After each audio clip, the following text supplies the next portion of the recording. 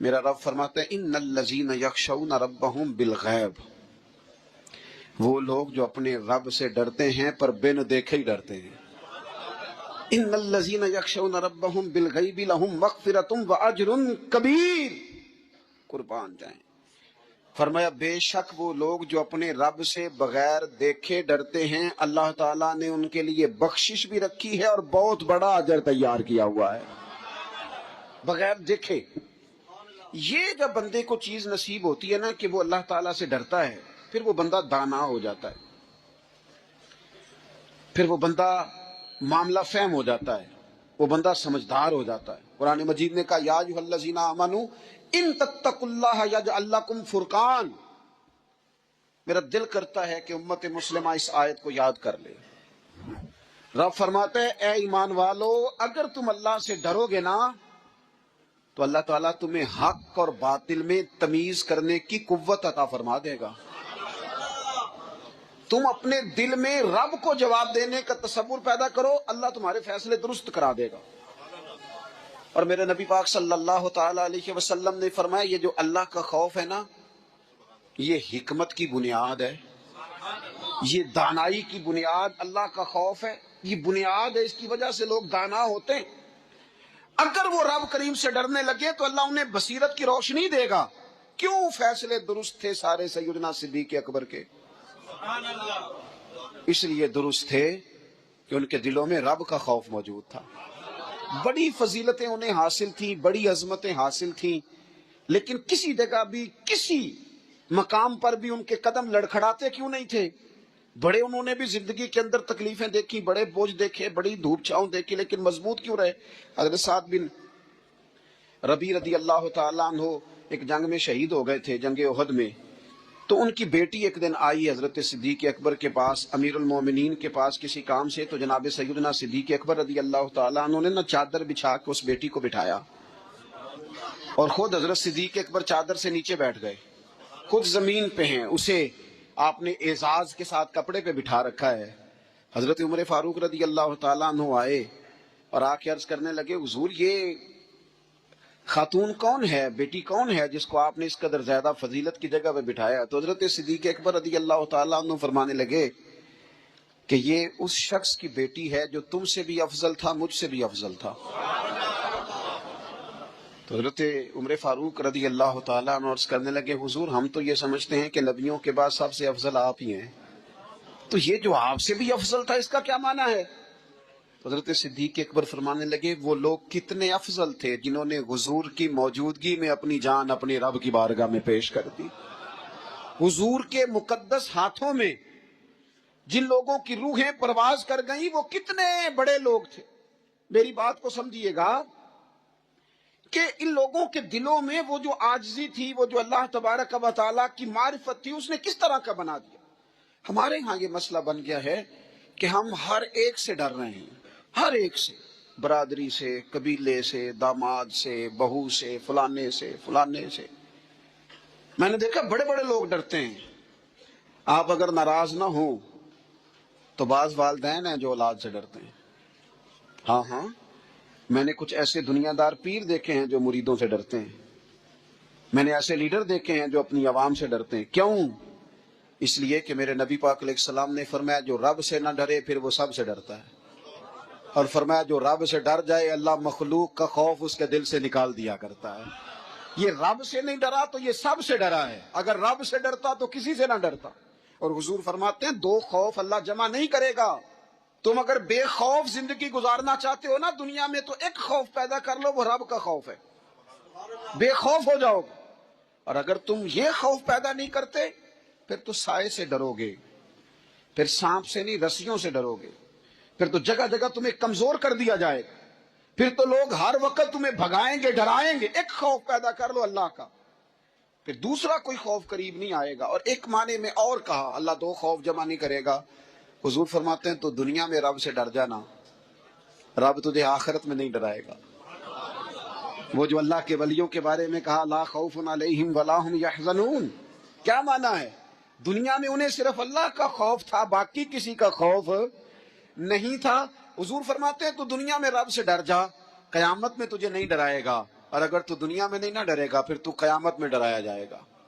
اللہ تبارک و تعالی کی خوف، یہ جو روزہ ہے نا، یہ اس معرفت کو بڑا پکا کرتا ہے۔ گھر میں کوئی بندہ موجود نہیں، باورچی خانے میں بہترین کھانا مرضی کا پڑا ہے، فریزر پھلوں سے بھرا ہوا ہے، ہر چیز موجود ہے، اور بھوک بھی پوری شدت کی ہے، پیاس بھی پوری لگی ہے، اور چل نہ تو کھا لینا، اور تیرے جائز پیسوں کا ہے، کھا لے۔ کیوں نہیں کھاتا؟ اس لیے نہیں کھاتا کہ میرا رب مجھے دیکھ رہا ہے۔ اللہ کرے روزے دارو یہ پریکٹس ہو جائے کہ جب تو اپنا جائز مال اس لیے نہیں کھاتا کہ رب نے روکا ہے اور وہ دیکھ رہا ہے نہیں کھانا، پھر تو کسی کا ناجائز مال کیسے کھا سکتا ہے؟ رب نے تجھے روکا بھی ہے اور رب تجھے دیکھ بھی رہا ہے، پھر تو غیر کا کیسے کھا سکتا ہے؟ جب تو اپنا جائز نہیں کھاتا کہ اللہ دیکھ رہا ہے، تو دوسروں کا ناجائز اور حرام کیسے کھائے گا حالانکہ اللہ دیکھ رہا ہے؟ اگر یہ تصور دل میں پیدا ہو جائے، یہ ذوق اگر کسی بندے کو نصیب ہو جائے، تو پھر پتہ کیا ہوتا ہے؟ پھر بندہ عالم ہو جاتا ہے۔ حضور علیہ الصلوۃ والسلام نے ارشاد فرمایا، اگر تم اللہ تعالیٰ سے اس طرح ڈرو نا جس طرح ڈرنے کا حق ہے، تو تم ایسا علم جان لو گے کہ جہالت ہی ساری ختم ہو جائے گی۔ خوف خدا اگر پیدا ہو گیا تو اللہ تعالیٰ تمہیں علم بھی عطا کر دے گا، تمہیں معرفت کا نور ملے گا۔ یہ ہے وہ علم لدنی جو انسان کو پھر اللہ کی عطا سے مل جاتا ہے۔ فرمایا اگر اللہ سے ڈرو گے تو رب ایسا علم تمہیں دے گا کہ جہالت ختم ہو جائے گی۔ اور نبی اکرم صلی اللہ تعالی علیہ وسلم نے فرمایا، اگر تم اپنے رب کو کما حقہ پہچان کر دعا مانگو گے نا تو تمہاری دعاؤں سے پہاڑ بھی ہل جایا کریں گے۔ لیکن یہ دو چیزیں پیدا کرو، ایک تو اللہ کا خوف تمہارے دل میں آئے، اور دوسرا معرفت الہی کا شوق پیدا۔ اگر طبیعت کے اندر یہ چیزیں پیدا ہو جائیں، خوف خدا نصیب ہو جائے اور صحیح معنوں میں نصیب ہو۔ آج کل بڑا لوگ کہتے ہیں اللہ سے ڈر، پر دوسروں کو جب مال خرید رہے ہوتے ہیں پھر کہتے ہیں اللہ کا خوف کر، اور جب بیچ رہے ہوتے ہیں تو، جب کسی کو پیغام دین دے رہے ہوتے ہیں تو کہتے ہیں اللہ کا خوف کر، اور جب تیرے تک بات پہنچتی ہے تو پھر معاملہ ختم ہو گیا۔ میں ذمہ داری سے کہتا ہوں، یہ جو کچھ ہمارے ہاں ہوتا ہے نا، عوام سے ڈر کے، عالمی میڈیا سے ڈر کے، قوم سے ڈر کے، اس سے آدھے کام بھی اگر رب سے ڈر کے کریں تو قوم کا بھی بھلا ہو جائے گا، لوگوں کا بھی نفع ہو جائے گا۔ اگر آدھا کام بھی ڈر کے کیا جائے، کچھ تھوڑا سا اپنے دل میں خشیت، اللہ کا خوف، جن لوگوں کا یہ تصور بن گیا تھا نا کہ رب کے سامنے کھڑے ہونا ہے، منہ دکھانا ہے مالک کو، جن کا یہ تصور بن گیا تھا بچ گئے تھے۔ ہم دنیا میں جینے کے لیے سارا کچھ کرتے ہیں، رب رسول کو منہ دکھانے کے لیے نہیں کرتے۔ جن کا یہ تصور بن جاتا ہے نا تو رب کہتا ہے وَلِمَنْ خَافَ مَقَامَ رَبِّهِ جَنَّتَانِ، فرمایا جو میرے سامنے کھڑے ہونے سے ڈرے گا میں اسے 2 جنتیں عطا کروں گا۔ وہ سمجھ جائے، اس کے لیے 2 جنتیں ہو جائیں گی۔ نبی پاک علیہ السلام نے فرمایا تیری آنکھ سے اگر اتنا آنسو نکل گیا نا اللہ کے خوف سے، جتنا مکھی اور مچھر کا پر ہوتا ہے، بڑا روتے ہیں لوگ، میں نے روتے دیکھے ہیں، دولت کے لیے، دنیا کے لیے، دوستوں کی بے وفائی پر، اپنے بچوں کی نافرمانی پر، پیسے نہیں ہیں تو رو پڑے، فلانے نے مجھے تنگ کیا تو رو پڑے۔ لوگوں کے لیے روتے ہیں، انسانوں کے لیے روتے ہیں، رب کے لیے رو کے دیکھ کتنا رونا ہے۔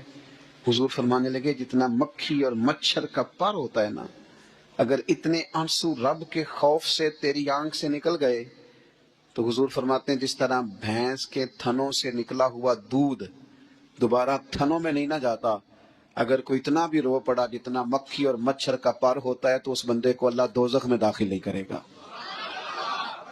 شرط کیا ہے؟ اللہ کے خوف سے، رب کے خالصتاً اللہ کے خوف سے۔ اور تھا لوگوں کو اللہ کا خوف، رب کے سامنے کھڑا ہونا ہے تو ڈرتے تھے۔ حضرت عمر کا جب آخری وقت آیا تھا تو اپنے بیٹے سے کہا تھا مجھے اٹھا کے زمین پہ رکھ دو، میں اپنی پیشانی زمین پہ رکھ کے اپنے رب سے معافی مانگوں۔ حضرت عثمان غنی جیسے لوگ جب قبر کو دیکھ لیتے تھے تو پھر تڑپ کے ان کی ساری داڑھی آنسوؤں سے بھر جاتی تھی۔ حضرت مولا علی شیر خدا رضی اللہ تعالیٰ عنہ نماز کی نیت باندھنے لگتے تو وجود کانپتا، راشا طاری ہو جاتا۔ علی آپ تو شیر ہیں میدانوں کے، ہزاروں لاکھوں تلواروں کے بیچ کبھی نہیں لڑکھڑائے، لیکن یہاں رب کی بارگاہ میں آتے کانپ کیوں گئے؟ تو فرمانے لگے تمہیں پتہ نہیں کس کی بارگاہ میں حاضر ہونے لگا ہوں؟ اس سے ڈر آتا ہے، مالک کے حضور آ گیا، ڈر آتا ہے، ڈرتے تھے۔ میرے نبی پاک علیہ السلام نے فرمایا اللہ کا خوف یہ دانائی ہے، یہ حکمت ہے۔ اور صحیح بخاری میں لفظ ہیں، نبی پاک صلی اللہ تعالی علیہ وسلم نے فرمایا ایک شخص تھا، بخاری مسلم میں موجود ہے، ایک بندہ تھا، اسے نہ بڑا ڈر آتا تھا کہ رب جب سوال پوچھے گا تو میں نے کیا جواب دینے ہیں۔ اور ہمیں ہمارے نبی پاک علیہ السلام نے فرمایا بھی ہے، حضور نے فرمایا رب تم سے 5 سوال پوچھے گا قیامت کے دن اپنے سامنے کھڑا کر کے۔ ساری تیاری لائق بچے بھی جب کر لیتے ہیں نا پیپر دینے کی، ذہین بچے ساری تیاری کر کے تو کمرہ امتحان میں جاتے ہوئے پھر بھی ڈرتے ہیں اور کہتے ہیں حضرت صاحب دعا کرنا میرا پیپر ہے۔ بچہ لائق بھی ہے، محنتی بھی ہے، تیاری بھی، لیکن ڈر آتا ہے۔ ڈر آتا تھا جب پیپر سٹارٹ ہوتے تھے تو کئی قسم کی ایکٹیویٹیز چھوڑ دی جاتی تھی، کھیل چھوڑ دیے جاتے تھے۔ میں نے دیکھا ہے بچے نمازیں شروع کر دیتے تھے، ڈر آتا ہے کہیں پیپر میں کمی نہ کوئی رہ جائے۔ دنیا کے پیپر کے بارے میں یہ معاملہ ہے، اور جب صبح قیامت سوال جواب کیے جائے، حضور فرماتے ہیں 5 سوال رب پوچھے گا تم سے قیامت میں۔ سب سے پہلی بات، میں نے تمہیں عمر دی تھی کہاں گزاری تم نے؟ ضائع کر دیا ٹائم سارا، ادھر ادھر بھاگتے آتے جاتے مال کماتے۔ اور پھر عمر میں ایک بہترین حصہ جوانی ہے، حضور فرماتے ہیں ایک سوال یہ ہوگا، دوسرا جوانی کہاں گزاری؟ اور تیسرا سوال پوچھا جائے گا بتاؤ مال کہاں سے کمایا، ذرائع کیا تھے، جائز طریقہ اختیار کیا کہ ناجائز؟ اور چوتھا سوال یہ ہوگا یہ بتاؤ تم نے خرچ کہاں کیا، اللہ نے اپنے فضل سے دیے تھے پیسے، تم نے ناجائز جگہ پہ تو نہیں لگا دیے؟ اور پانچواں سوال یہ ہوگا کہ جو تمہیں پتا تھا، جو تم جانتے تھے، جس کا تمہیں علم تھا، جس کا تمہیں شعور تھا، بتاؤ تم نے اپنے علم پر عمل کتنا کیا؟ میرے عزیز یہ 5 سوال نبی پاک علیہ السلام فرماتے ہیں۔ ایک بندہ تھا جو بڑا ڈرتا تھا رب کی بارگاہ میں کھڑا ہونے سے، اتنا ڈرتا تھا کہ خوف طاری ہو گیا، اس پر خشیت پیدا ہو گئی۔ اس نے اپنے بچوں سے کہا جب میں مر جاؤں یہ صحیح حدیث میں موجود ہے، جب میں مر جاؤں تو مجھے جلا دینا، اور پھر اگر میرے وجود کا کچھ حصہ بچ جائے تو اسے پیس دینا، پھر اسے ہوا میں اڑا دینا، مجھے ختم کر دینا۔ میں اپنے رب کی بارگاہ میں کھڑا ہو کے سوالوں کا جواب نہیں دے سکتا۔ پتا تے سارا ہے سردار نو کیتیاں دا من لانم کے من دانب، جو اعمال کیے ہیں اس کی خبر تو ہے باقیوں کو شک ہے کہ اس میں گناہ کیا ہوگا، پر ہمیں اپنا تو پاک ہے پتا تو سارا ہے کہا میں نہیں کھڑا ہو سکتا اس کے حضور، مجھے جلا دینا، میری راکھ بھی بہا دینا، اڑا دینا ہواؤں میں۔ نبی پاک علیہ السلام فرماتے بندہ تھا سچا، یہ کام اس نے کیا اللہ سے ڈر کے۔ کریم محبوب علیہ السلام فرمانے لگے اللہ تعالیٰ قیامت کے دن ذرات کو حکم دے گا کہ اس کے وجود کے ذرے جمع کرو، اس کا وجود جمع کیا جائے گا۔ جس رب نے پہلے بنایا ہے وہ دوبارہ بنانے پر بھی قادر ہے۔ اس کے ذرات کو جمع کر کے گوشت پوشت دے کے وجود دے کے کھڑا کر کے اللہ پوچھے گا بتا یہ کام کرنے کا تجھے کس نے کہا؟ عرض کرے گا مالک میں ڈر گیا تھا تیری بارگاہ میں کھڑا ہوں، سوالوں کے جواب دوں، یہ کام مشکل تھا، میں ڈر گیا۔ تو نبی پاک صلی اللہ تعالی علیہ وسلم فرمانے لگے رب فرمائے گا فرشتو کہ میرا بندہ سچ کہتا ہے، یہ واقعی مجھ سے ڈر گیا تھا، گواہ ہو جاؤ میں نے اس کے لیے جنت کا فیصلہ کر دیا۔ اپنی طبیعت میں، اپنے مزاج میں، اور یہ خوف خدا گھر سے شروع کریں، بیوی سے گفتگو کرتے بھی اللہ سے ڈریں، ماں باپ کے حقوق ادا کرتے بھی اللہ سے ڈریں۔ اگر اللہ نے آپ کو وسعت دی ہے، بہن بھائی کمزور رہ گئے ہیں تو اللہ سے ڈریں اس مسئلے میں۔ اگر اللہ تعالیٰ نے آپ کو کسی شخص کے اوپر حاکم بنایا ہے، کوئی آپ کا ملازم ہے، کسی شخص کو آپ کے پاس ڈیوٹی کرنا پڑتی ہے تو اس کے بارے میں اللہ سے ڈریں۔ میرے نبی پاک علیہ السلام نے اپنے ظاہری وصال کے وقت جو وصیتیں فرمائی تھی، فرمایا تھا عورتوں کے بارے میں رب سے ڈرنا، اپنے غلاموں کے بارے میں، ملازمین کے بارے میں رب سے ڈرنا، اور آپ کے پاس میرے پاس جو امانتیں ہیں ان امانتوں کے بارے میں رب سے ڈرے. اور ہمارے پاس جو دین کی امانت آئی ہے، ہمیں جو نبی پاک کا امتی بنایا گیا ہے، ہمیں جو کہا گیا ہے کہ تم رسول اللہ صلی اللہ علیہ وسلم کے اعلیٰ اخلاق پہ عمل کرنا، تو ڈرو نا اس بات سے. اتنے عظیم رسول کے امتی ہو کر ہمارے حالات کیا ہیں، ہماری کیفیات کیا ہیں. آپ یقین کریں، زندگی گزر گئی لوگوں کی روتے پر دنیا داری کے لیے، گھر کے حالات کے لیے، اپنی عزت کے لیے. کاش کبھی رب کے لیے بھی روئے ہوتے، کبھی اس کے خوف میں روئے ہوتے. نبی پاک علیہ السلام کے صحابہ پر نہ خوف طاری تھا اللہ کا، اور وہ خوف غلبہ کرتا تھا. باتوں میں نہیں، تقریروں میں نہیں، نشستن گفتن برخاستن نہیں، لوگوں کو دکھانے بتانے کے لیے نہیں، اپنے دنیاوی معاملات کو بہتر کرنے کے لیے نہیں، بلکہ رب کا خوف ان لوگوں پر طاری ہوتا تھا. اللہ کے محبوب علیہ الصلوۃ والسلام نے نا آیا مقدسہ تلاوت کی، یا ایھا الذین آمنوا قوا انفسکم واہلیکم نارا وقودھا الناس والحجارہ. اے ایمان والو، خود بھی دوزخ کی آگ سے بچو اور اپنے گھر والوں کو بھی بچاؤ، اور اس آگ سے بچو جس کا ایندھن آدمی اور پتھر ہیں. تو ایک نوجوان صحابی نے سنا تو وہ ڈر گئے، کانپ گئے، اتنا ڈرے کہ کانپ کر بے ہوش ہو گئے قرآن پاک سن کر. حضور علیہ السلام نے ان کے دل پر ہاتھ رکھا تو دل دھڑک رہا تھا. حضور فرمانے لگے، پڑھنا کلمہ لا الہ الا اللہ محمد الرسول اللہ صلی اللہ تعالی علیہ وسلم. صحابہ نے عرض کی، یا رسول اللہ صلی اللہ علیہ وسلم جی ہم سے سبقت لے گیا. حضور فرمانے لگے، یہ رب سے ڈرا ہے، رب نے اس کے لیے جنت کا فیصلہ فرما دیا. جب انسان کبھی رو پڑے نا اللہ کے، میں آپ سے عرض کروں، رونا بھی بڑا ضروری ہے. قرآن کہتا ہے فَلْيَضْحَكُوا قَلِيلًا وَلْيَبْكُوا كَثِيرًا. زیادہ رویا کرو، تھوڑا ہنسا کرو. زیادہ ہنسنے سے دل مردہ ہوتے ہیں.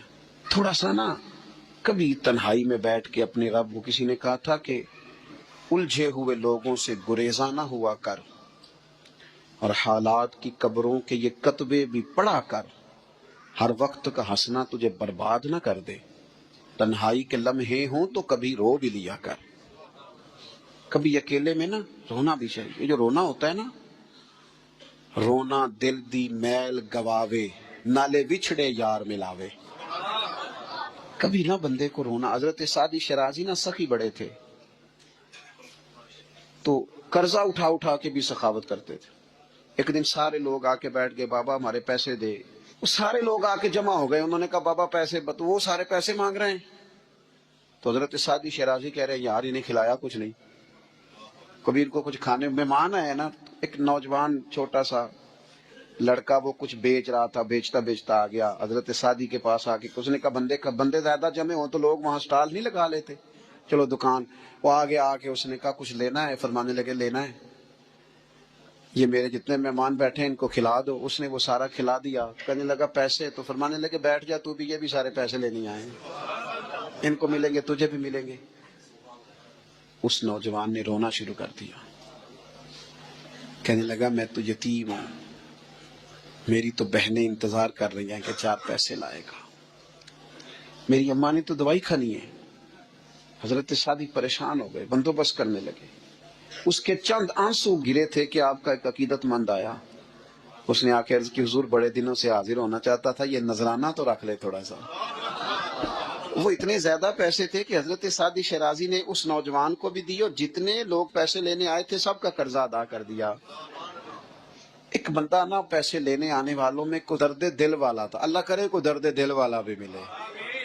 وہ حضرت سلطان صاحب کہتے ہیں، رب دا طالب کوئی نہ ملیا، تے جو ملیا طالب زردہ ہو. وہ درد دل والا بندہ تھا. تو کہنے لگا بابا جی سمجھ نہیں آئی، ہم روز آتے تھے پیسے نہیں ملتے تھے، آج کیسے مل گئے؟ تو حضرت فرمانے لگے، مل اس لیے گئے ہیں کہ تم میں رونے والا کوئی نہیں تھا نا. رونے والا ایک بھی ہو تو باقیوں کا بھی کام بن جائے. ایک ہو نا جس کی آنکھوں میں آنسو ہوں، کوئی یار کے لیے روئے، کوئی محبوب کے لیے روئے، کوئی حضور کے مدینے کے لیے روئے، کوئی بیت اللہ کی حاضری کے لیے روئے، کوئی اس لیے روئے کہ رب راضی ہو جائے، کوئی اس لیے روئے کہ وہ کرم نوازی کر دے، کوئی اس لیے روئے کہ وہ مجھ سے حساب نہ مانگ لے. اگر طبیعت میں یہ بات، نبی پاک صلی اللہ تعالی علیہ وآلہ وسلم تقریر فرما رہے تھے، حضور گفتگو کر رہے تھے، محفل میں بیٹھے ہوئے صحابہ میں سے ایک بندہ رو پڑا. اللہ کے پیارے رسول صلی اللہ تعالی علیہ وسلم نے اس ایک شخص کے رونے پر ارشاد فرمایا، اگر آج تمہارے درمیان وہ تمام مومن موجود ہوتے جن کے گناہ پہاڑوں کے برابر ہیں تو اللہ تعالیٰ اس بندے کے رونے کی برکت سے سب کے گناہوں کو معاف فرما دیتا۔ حضور فرمانے لگے، یہ رویا ہے نا تو فرشتوں نے رب کی بارگاہ میں دعا کی ہے، مالک اس کی وجہ سے نا دوسروں کو بھی معافی عطا فرما دے، اس کی شفاعت قبول کر لے دوسروں کے حق۔ میرے دوستو، اپنے دل کو خشیت والا کریں۔ دل نہ سخت ہو گئے ہمارے، کیسے نرم ہوں گے؟ قرآن پاک پڑھنے سے۔ دل کیسے نرم ہوں گے؟ اللہ کا ذکر کرنے سے۔ دل کیسے نرم ہوں گے؟ قبرستان جانے سے، اپنوں کی قبریں دیکھنے سے۔ دل کیسے نرم ہوں گے؟ کبھی ہسپتال کا چکر لگا کے آؤ، دیکھو طبیعت کیسے نرم ہوتی ہے۔ دل کیسے نرم ہوگا؟ کسی کے دکھ کو دکھ سمجھنے سے۔ دل کیسے نرم ہوگا؟ اللہ کی مخلوق سے محبت کرنے سے۔ دل کیسے نرم ہوگا؟ تنہائی میں رب کی بارگاہ میں رونے سے۔ دل کیسے نرم ہوگا؟ خالص اللہ کی رضا سے کسی کی خدمت کرنے سے۔ دل کیسے نرم ہوگا؟ یتیم کے سر پہ ہاتھ پھیرنے سے۔ دل کیسے نرم ہوگا؟ جب ہم اپنے مالک کی بارگاہ میں بیٹھ کے لمبی دعائیں مانگیں گے۔ دلوں کو نرم کرنے کی طرف لاؤ، اللہ کا خوف، خشیت اپنی طبیعت میں پیدا کرو۔ اس سے پہلے کہ تندرست جسم بیمار ہونے لگیں۔ ڈاکٹر کہتے ہیں پتہ ہی نہیں چل رہا، رپورٹیں تو ٹھیک ہیں ساری، سمجھ نہیں آ رہی۔ ہمارے ہاتھوں سے کئی لوگ نکل گئے، کوئی پتہ نہیں چلا۔ دیر کے بعد خیال آیا کہ صبح بتایا تھا ڈاکٹر نے کہ تو لاہور چلا جا، یہ کبھی رات کو بتا دیتا نا۔ ہاتھوں سے نکل گئے بڑے لوگ، بڑی چیزیں نکل گئیں۔ ہماری تیاری ہے سب کی، وہاں جانے سے کسی کو مفر نہیں اور کسی کو مکر نہیں، جانا ہے۔ اپنی زندگی کے اندر خشیت الہی، کچھ کام فقط اس لیے چھوڑ دیں، کوئی ہمیں روکنے والا نہیں، ٹوکنے والا نہیں، منع کرنے والا نہیں، دیکھنے والا نہیں، اس لیے چھوڑ دو کہ میرا رب نہ ناراض ہو جائے۔ کسی کی ہمیں مجبوری نہیں، کسی کی ہمیں پابندی نہیں، کوئی کسی کی طاقت نہیں ہمیں کہہ سکے، لیکن کچھ کام فقط اس لیے شروع کر دو کہ میرا اللہ راضی ہو جائے۔ تو حضرت عارف رومی رحمۃ اللہ تعالیٰ علیہ فرمایا کرتے تھے، بعض لوگوں کو رب سارا کچھ دیتا ہے، سجدے کی توفیق نہیں دیتا ہے۔ اس کا مطلب یہ ہے کہ وہ کہتا ہے یہ سارا کچھ لے اور نکل جا، میرے گھر نہ آنا، رکھ سارا کچھ پاس۔ رب سے عافیت مانگی جائے، اس سے اس کا فضل مانگا جائے، اس سے اس کا کرم مانگا جائے۔ اللہ کے پیارے رسول صلی اللہ تعالی علیہ وآلہ وسلم اس عافیت مانگنے پر زور دیتے، توجہ دیتے۔ میں آپ کو صحیح بتاتا ہوں، رب نے اگر کسی بندے کو عافیت میں رکھا ہو نا تو حالات کیسے بھی برے چل رہے ہوں اس کا بگاڑ کچھ نہیں سکتے۔ اور اللہ تعالیٰ معاف کرے 100 دفعہ خاکم بدہن، اگر کسی وقت اس کے کرم کی نگاہ پھر جائے تو پھر سارے اسباب سمیت بھی انسان اپنے پیروں پہ کھڑا نہیں رہ سکتا۔ اس سے جب تک طلب کرم نہیں ہوتا، طلب عافیت نہیں ہوتی، اس کی بارگاہ سے جب تک بندہ مومن پورا رجوع نہیں کرتا، یہ عافیت اتنی اعلیٰ چیز ہے کہ نبی پاک علیہ السلام نے فرمایا اذان اور اقامت کے درمیان جو وقت ہوتا ہے اس میں دعائیں رد نہیں ہوتی۔ دعا مانگا کرو گے تمہاری اللہ اپنے فضل سے قبول کر لے گا۔ عرض کی یا رسول اللہ کیا مانگے؟ تو فرمایا عافیت مانگو رب سے۔ حضرت انس بن مالک حدیث کے راوی ہے رضی اللہ تعالیٰ عنہ، یہاں بھی فرمایا یہ عین قبولیت کا ٹائم ہے، اللہ سے عافیت مانگ لو، اس کی پناہ۔ ہم دعاؤں میں بھی محدود ہو جاتے ہیں۔ رب دا طالب کوئی نہ ملیا، جو ملیا طالب زردہ ہو، دعاؤں میں بھی حد بندی۔ بعض اوقات بچے بھی تربیت کرتے ہیں نا، ایک مولانا ہے، ان کا خیال ہے کہ انہوں نے مجھ سے کچھ پڑھا ہے تو کبھی کبھی استاد جی کہہ دیتے ہیں، بہت پرانی بات ہے، انہوں نے مجھے فون کیا کہ اگر آپ ابھی تشریف لائیں، تو میں نے کہا پتر دعا مانگ اللہ کو چھوٹی جی گڈی دے۔ تو اس بچے نے میری بڑی تربیت کی، کہنے لگا استاد جی اللہ کو لو منگنی جی تے بڑی ساری منگو، آپ نے محدود کیوں کیا کہ بھئی یہ چھوٹی سی اللہ گاڑی کیوں اللہ چھوٹی دے، رب دے تو بڑی دے، اور رحمت سے دے، اللہ سے مانگنی ہے نا جی۔ ہم تربیت نہیں لیتے، میں نے اس کا شکریہ ادا کیا، میں نے کہا بیٹے تو نے بڑی سونی بات کی، اللہ تجھے اس کا اجر عطا کرے، اللہ تجھے برکات عطا کرے۔ اگر آپ نے سیکھنا ہے تو پھر آپ سیکھ لیں گے، اور اگر نہیں سیکھنا تو پھر یہی کہنا ہے ساری عمر لانگی بندہ کو نہیں ملیا، چونکہ مزاج نہیں ہے نا سیکھنے کا، اس لیے پھر ملا ہی کوئی نہیں، پھر ساری زندگی کو میسر ہی نہیں آیا، کسی نے نصیحت ہی نہیں کی، کوئی آنکھوں کو بھایا ہی نہیں، خود ہی بڑے سیانے تھے، خود ہی بہت بڑے تھے، اپنا قد ہی بڑا اونچا تھا، سب ٹھگنے چھوٹے اور کمزور اور بونے نظر آئے۔ عزیز بھائی، جب عافیت، ایک بزرگ تھے، ہر وقت اللہ سے عافیت مانگتے تھے، ہر وقت اللہ سے عافیت مانگتے تھے، ہر وقت عافیت مانگتے تھے۔ لوگوں نے پوچھا، لوگ ان کو صالح جانتے تھے، نیک سمجھتے تھے، کہ حضور آپ اور کوئی دعا مانگتے نہیں، عافیت ہی مانگتے ہیں۔ فرمانے لگے میں مانگا کرتا تھا شروع میں، بعد میں خیال آیا ہے اور بھی دعائیں مانگا کرتا تھا، یہ احساس بعد میں نصیب ہوا۔ فرماتے میں مزدوری کرتا تھا، مال برداری کرتا تھا، ایک جگہ پہ ڈیوٹی کر رہا تھا تو تھک گیا، اور وہ جو کام لینے والے لوگ تھے ان کا رویہ بھی بڑا ترس تھا، تکلیف ہوئی، تو میں نے اپنے مالک کی بارگاہ میں عرض کی، مالک اگر 2 روٹی بغیر مجھے مشقت کے مل جائے دن میں تو تیری بارگاہ تو بڑی کریم ہے۔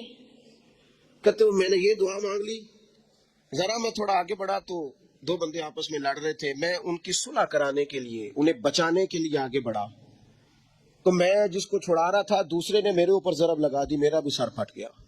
تھوڑی دیر کے بعد وہاں پولیس آ گئی، وہ تینوں کو لڑنے والا سمجھ کے اٹھا کے لے گئے، مجھے جیل ہو گئی۔ 2 روٹیاں بغیر مشقت کے روز ملنی شروع ہو گئی۔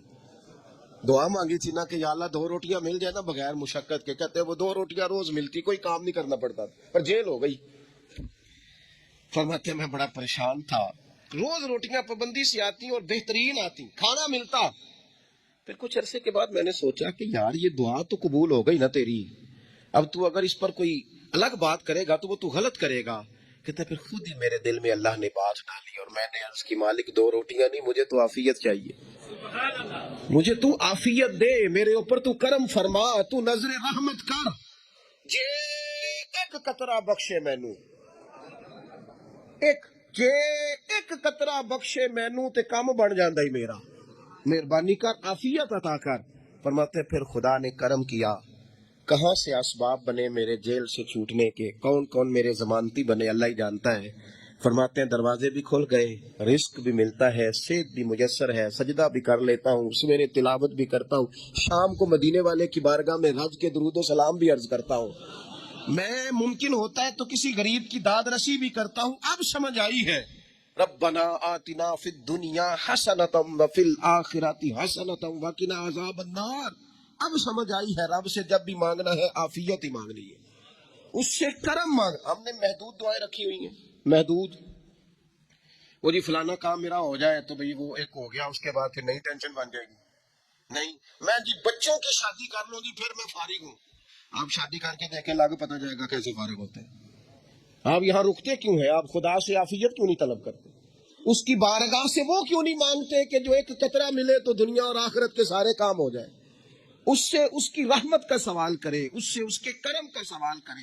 اللہ کی بارگاہ میں بھی حاضر ہونا، ججی تلی اور جناب ناپ تول کر اور محدود چیزوں کا سوال کرنا، مالک سے مانگے، اور وہ جب دیتا ہے تو دیتا بھی بے حساب ہے، وہ جب عطا کرتا ہے تو کرم کے دروازے کھول کے عطا کرتا ہے، ورنہ تو ایک الجھن سے انسان نکلتا ہے دوسری میں الجھ جاتا ہے، ایک گتھی کو سلجھاتا ہے۔ پھر اقبال رو پڑے تھے، کہنے لگے میں عقل کی گتھیاں سلجھا چکا ہوں، یا رب مجھے صاحب جنوں کر دے، اللہ یہ بڑا میں نے ہیر پھیر دیکھ لیا، مجھے دیوانہ بنا، اب مجھے جنون ہو، اب میں کسی کے لیے رویا کروں، اب میں کسی کی یاد میں تڑپا کروں، اب میں رات کسی کے لیے میری آنکھیں بیدار رہیں، یہ بڑی ہو گئی دنیا داری، عقل کی گتھی حالانکہ نہیں سلجھتی، اور اقبال کہتے ہیں عقل کی گتھیاں سلجھا چکا ہوں، یا رب مجھے صاحب جنوں کر دے۔ اور پھر کہنے لگے بجھی عشق کی آگ اندھیر ہے، اب یہ مسلمان نہیں، یہ خاک کا ڈھیر ہے، تو مٹی بن کے رہ گیا، کیا کہاں اپنی ساری توجہات کا قبلہ کس چیز کو؟ میرے عزیزو اللہ سے عافیت۔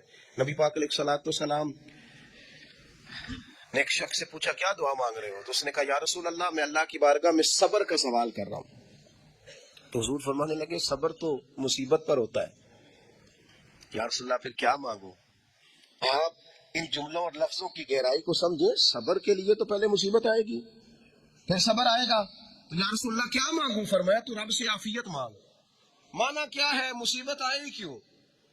اللہ تجھے اپنی حفاظت کے حصار میں لے لے، وہ وقت ہی کیوں آئے کہ جب تیری طبیعت الجھ جائے، جب تو پریشان ہو جائے، جب تو تو اللہ سے عافیت مانگنا. جب تو عافیت مانگے گا تو اگر کبھی مشکل آئے گی بھی نا تو خدا پھر اپنے فضل سے مشکل سے نکلنے میں راستہ بھی بڑی جلدی عطا فرمائے گا اور تیرے اوپر فضل فرمائے گا. اگر عافیت، یہ جو ہم نبی پاک کی امت ہے نا، تو یہ ہمارے گرد اللہ کے فضل اور اس کی رحمت کا اظہار ہے. یہ حصار ہے ہمارے گرد. وہ درویش نے کہا تھا نا کہ کروں شکر کتنا اور کروں فخر کتنا کہ تیرے کرم نے مجھے فائز المرام کیا. دیکھو بنا کے سید عالم کا امتی مجھ کو گناہ سے پہلے ہی بخشش کا انتظام کیا. ابھی میں نے غلطی کی نہیں، لیکن مجھے حضور کا غلام بنا دیا، بخشش کا بندوبست پہلے ہو گیا. اپنے مالک سے بیمار بھی اس سے عافیت مانگے، مقروض بھی اس سے عافیت مانگے، بے اولاد بھی اس سے عافیت ہی مانگے، صاحب اولاد بھی اس سے عافیت ہی مانگے. جو دولت کے حصول کے، رزق حلال کے خواہش مند ہے وہ بھی اس سے عافیت مانگے، اور جن کی جھولی اس نے بھر دی ہے وہ بھی اپنے رب سے عافیت ہی مانگے. مالک سے جب سوال کرے، ایک بزرگ تھے انہوں نے تو اپنی انگوٹھی میں لکھوا لیا تھا کہ یا اللہ مجھے عافیت عطا فرما، اور جب بھی دیکھتا ہوں یاد آ جاتا ہے کہ اللہ سے عافیت مانگنی اپنے مالک کی بارگاہ کے اندر. دیکھو میں نے دیکھا ہے، وہ کسی نے کہا تھا کہ تیری خواہش ہے کہ وہ تیری آرزو کرے پوری، اور میری خواہش ہے کہ تیری آرزو بدل جائے. کچھ لوگ ایسی خواہشات بھی لے کے آتے ہیں کہ جو پوری نہ ہو تو بہتر ہوتا ہے. اس لیے آپ کو پتہ ہے موت مانگنا جائز نہیں دین ہے. مصائب سے گھبرا کر، مشکلات سے گھبرا کر، زندگی کے مد و جزر سے پریشان ہو کر موت کا سوال کرنا جائز نہیں. کس طرح جائز ہے؟ ان لفظوں کے ساتھ دعا کر سکتا ہے کہ یا اللہ جب تک میری زندگی بہتر ہے مجھے زندہ رکھ، اور جب میرا دنیا سے جانا بہتر ہے پھر تو مجھے اپنی بارگاہ میں بلا لے. یہ بھی کیا ہے؟ یہ بھی عافیت کا سوال ہی ہے کہ یا اللہ رکھ بھی تب تک جب تک رہنا بہتر ہے. نبی پاک نے بھی ارذل العمر ہونے سے پناہ مانگی. ہمارا یہ مزاج بن گیا ہے کہ ہم اپنے حق میں ایسی چیزوں کا سوال کر رہے ہوتے ہیں جو کئی دفعہ ہمیں مل جائے تو ہمارا نقصان کرے. قرآن حکیم ایک جگہ پہ اللہ کریم نے فرمایا ہے کہ اگر سب لوگوں کو مال دے دوں تو بغاوت کریں، فساد ہو جائے. کیا مانا؟ کہ اپنا نقصان کر بیٹھے لوگ.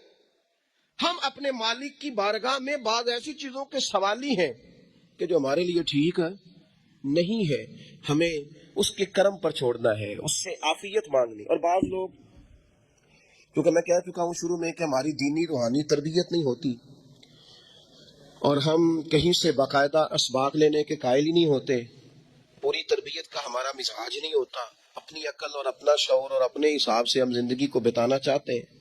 اور یہ جو میرا دور ہے یہ ویسے ہی الجھا ہوا زمانہ ہے، اللہ ماشاء اللہ. پتہ نہیں کوئی کیا بول رہا ہے، کوئی کیا کہہ رہا ہے، ایسے جیسے کو میلہ لگا ہوا ہے اور کان پڑی آواز سنائی نہیں دے رہی. جس کی دکان پر کوئی گاہک نہیں وہ بھی کہہ رہا ہے لائنیں بنا لو. ایسا الجھا ماحول ہے اور ایسی آزمائش ہے کہ لوگ بیچارے پریشان ہیں. دیکھیں جب تربیت کے ساتھ انسان آگے بڑھتا ہے نا، ہمارے پاس مقتدا ہے اللہ رسول کا کلام، ہمارا پیشوا ہے رب رسول کا فرمان. جب ہم کتاب و سنت کی روشنی میں آگے بڑھتے ہیں تو پھر ہمارے لیے منزل آسان بھی ہوتی ہے اور قریب بھی ہوتی ہے. پھر ہمارے لیے آگے کی طرف سفر کرنا، آگے بڑھ جانا یہ آسان ہوتا ہے. آپ غور کریں جو لوگ دنیا میں کامیاب رہے، بھلا کس طرح کامیاب رہے؟ اس طرح کامیاب رہے کہ انہوں نے نا اپنے رب سے عافیت مانگی. اللہ تعالیٰ نے خود بخود ان کے لیے رستے بنائے. آپ تاریخ پڑھیں گے بعض لوگوں کی تو لگ نہیں رہا تھا کہ وہ اتنی کامیابی حاصل کریں گے. دیکھ لیں آپ حضرت غوث اعظم جیلانی رضی اللہ تعالیٰ عنہ بغداد شریف تشریف لاتے ہیں تو ان کی کیفیت یہ ہے کہ پتے کھا کے گزارا کرنا پڑتا ہے. یعنی پیچھے کوئی ایسا بیک گراؤنڈ کسی کا بنایا ہوا ادارہ، کوئی بڑی خانقاہ، کوئی بڑے لمبے چوڑے والد صاحب کے مریدین، کوئی بڑا لمبا سلسلہ نہیں مل رہا. ان کو بظاہر پتے کھا کے گزارا کرنا پڑتا ہے، لیکن چونکہ وہ نکلے ہیں اللہ کی مدد کے ساتھ، انہیں اللہ نے تائید دی ہے، فضل فرمایا ہے. تو نتیجہ یہ نکلا ہے کہ 70 ہزار بندہ ایک ایک وقت میں تربیت لینے کے لیے ان کے سامنے موجود ہے. یہ اللہ نے اسباب بنائے ہیں، کیونکہ جب رب عافیت عطا کرتا ہے تو پھر اللہ اسباب بھی پیدا فرماتا ہے. ہمارا ذہن تو تھک جاتا ہے سیاست کرتے کرتے. ہم تو جناب پوری ترتیب سے ہمیں سلیقہ آتا ہے کس طرح کر کے کس بندے کو کیسے قائل کرنا ہے. پورے طور پر ہم وہ ساری زندگی سیاست کرتے رہتے ہیں، وہ خاندانوں میں بھی چلتی ہے، گلی محلے میں بھی چلتی ہے، دوستوں میں بھی چلتی ہے، اور بعد میں پتہ چلتا ہے کہ یہ پتے کھیل کون رہا تھا، اصل میں صلح کرانے والا تھا کہ لڑائی کرانے والا تھا، یہ سب کا خیر خواہ تھا، یہ سب کی ذہن کے اندر فطور کی آمیزش ہی اس شخص کی وجہ سے تھی۔ ہم چونکہ وہ خاص عافیت اللہ سے نہیں مانگتے، ہماری مخصوص سیاست ہوتی ہے سبھی کو راضی رکھو، اس کا نتیجہ یہ نکلتا ہے کہ ایک ٹائم آتا ہے کوئی بھی راضی نہیں رہتا۔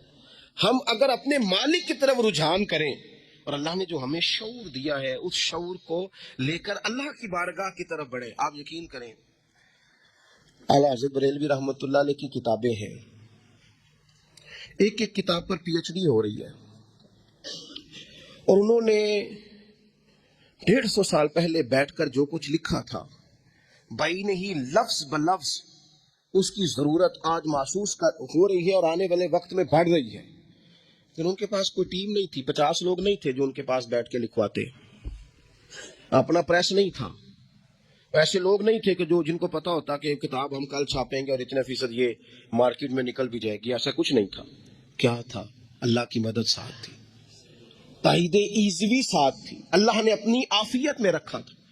وہ قرآن مجید کی آیت کا ترجمہ کرتے ہیں نا اعلیٰ حضرت اہدنا الصراط المستقیم، یا اللہ ہمیں سیدھی راہ پہ چلا۔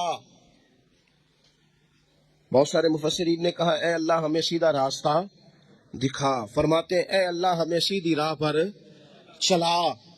تو کسی نے کہا حضور یہ چلا اور دکھا میں کیا فرق ہے؟ فرمانے لگے دکھانے کا مطلب یہ ہوتا ہے کہ کسی نے پوچھا میں نے گجرانوالہ جانا ہے، تو دکھانا یہ ہے کہ اسے کہا یہاں سے باہر نکلو، روڈ پہ چڑھ جاؤ، سیدھے جاؤ گے، ایک پول آئے گا اسے کراس کرنا، نیچے اترنا، وہاں سے شہر شروع ہو جائے۔ پھر اس نے اگر کوئی اندرونی جگہ شہر کی پوچھ لی تو اس کو کہا کہ رائٹ ہو جانا، پھر لیفٹ ہو جانا، پھر آگے کسی سے مزید۔ یہ ہے راستہ دکھانا، اور ایک ہے چلانا۔ اس نے کہا میں نے گجرانوالہ جانا ہے، تو اس نے کہا ساتھ بیٹھنا میری گاڑی پہ، جہاں تو نے جانا ہے میں چھوڑ کے آتا ہوں۔ یہ راستے پہ چلانا ہے، یہ مقام تفکر ہے، آپ اس پر غور فرمائیں گے۔ کہتے ہیں یا اللہ تو ہمیں راستہ دکھائے گا اور دکھاتا ہے، لیکن چاروں جانب شیطان بھی تو بیٹھا ہے نا، فتنے بھی تو ہے نا، تو اگر تیری رحمت ساتھ ساتھ رہے، مانا کہ محبت کے سفر میں ہر گام پہ 100 مشکل ہیں، لیکن یہ سفر آسان بھی ہے اگر ساتھ تمہارا ہو جائے۔ اگر تو ساتھ چلے تو پھر یہ سفر مشکل ہے۔ وہ ہارون رشید نا اپنے محل کی چھت پہ ٹہل رہا تھا، سب سے اوپر والے چوارے پر، نیچے سے حضرت بہلول دانا گزر رہے تھے، اوپر اس کے ساتھ سپاہی بھی تھے، گن مین بھی تھے۔ اس نے کہا یہ بابا تو ذرا اوپر اٹھاؤ۔ انہوں نے ایک ڈولی، ایک ٹوکری سمجھ لیں، اس کو رسیاں باندھ کے نیچے پھینکا۔ نیچے جو سپاہی تھے ان کو کہا کہ یہ بابا جی کو پکڑ کے اس میں بٹھاؤ۔ انہوں نے جبرن تھاما بابا جی کو، اس میں ڈالا، اوپر والوں نے کھینچ لیا، 2-3 منٹ لگے۔ ہارون رشید کے سامنے حضرت بہلول دانا پہنچ گئے تو تھوڑے ناراض بھی ہوئے کہ یہ کوئی طریقہ تو نہیں نا بلانے کا۔ ملاقات ہوئی تو کہا کیوں بلایا؟ کہنے لگا ایک مسئلہ پوچھنا تھا۔ فرمانے لگے بادشاہ ہے نا، تیرے مسئلے پوچھنے کا بھی اپنا ہی انداز ہے، پوچھ مسئلہ۔ کہنے لگا بابا پوچھنا تھا کہ آپ اللہ تک کیسے پہنچے؟ حضرت بہلول دانا چپ کر گئے۔ 2-4 منٹ کے بعد کہنے لگے جس طرح ابھی زمین سے تیرے تک نہیں پہنچا، بالکل اسی طرح پہنچ گیا ہوں رب کریم کی بارگاہ تک، اور وہ بھی جو اس نے کرم فرمایا ہے، ورنہ میں تو نہیں سمجھتا کہ میں پہنچ گیا ہوں، وہ بھی اگر تیری خوشگمانی ہے۔ ہارون رشید کہنے لگا مجھے سمجھ نہیں آئی۔ فرمانے لگے تو بادشاہ جو ہے اتنی جلدی کیسے سمجھ میں آئے گی تجھے بات؟ فرمانے لگے اگر میں تجھ سے ملنا چاہتا نا تو میں ایک درخواست لکھتا، پھر کسی وزیر سے سفارشی سائن کراتا، پھر وہ جمع کراتا، پھر مجھے ٹائم ملتا کہ فلاں دن فلاں تاریخ فلاں ٹائم آ جانا، پھر آ کے میں لائن میں لگتا۔ پھر بھی تو بادشاہ ہے، تیرا موڈ بنتا ملنے کا کہ نہ بنتا۔ جب میں چاہتا تو پتہ نہیں کتنا ٹائم لگ جاتا، جب تو نے چاہا ہے نا تو 1 منٹ بھی نہیں لگا۔ فرمانے لگے میں نے دعویٰ ہی نہیں کیا کہ میں جد و جہد کر کے پہنچوں گا، میں نے تو رب کی بارگاہ میں عاجزی کی ہے، پھر رب نے کرم فرمایا، اسی نے مہربانی کی ہے۔ مانا کہ محبت کے سفر میں ہر گام پہ 100 مشکل ہے، لیکن یہ سفر آسان بھی ہے اگر ساتھ تمہارا ہو جائے۔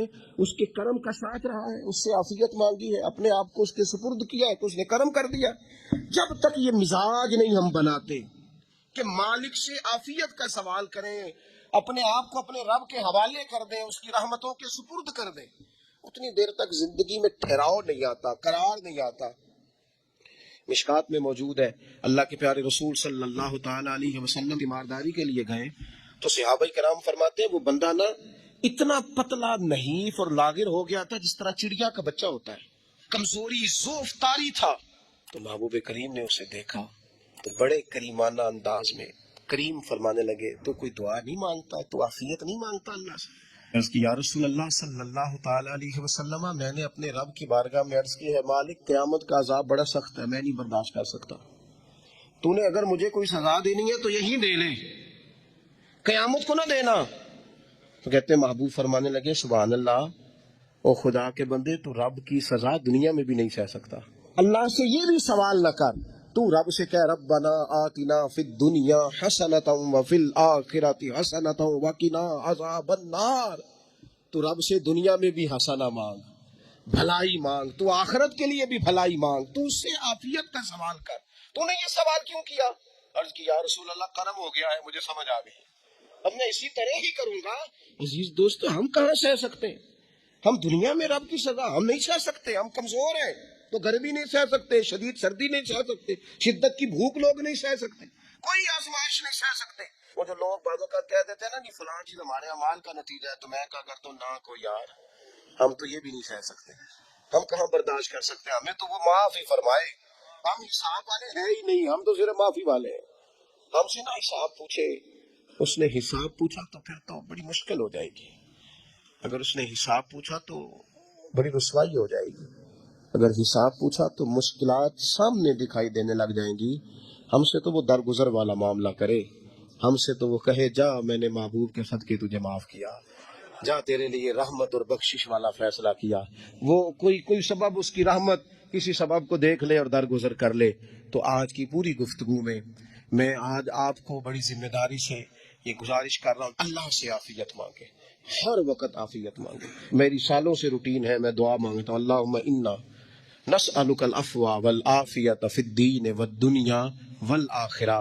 جبریل عرض گزار ہوئے یا رسول اللہ صلی اللہ تعالی علیہ وسلم، وہ ہلاک ہو جائے جس نے بڑھاپے میں والدین کو پایا اور ان کی خدمت کر کے بخشش نہ حاصل کر سکا۔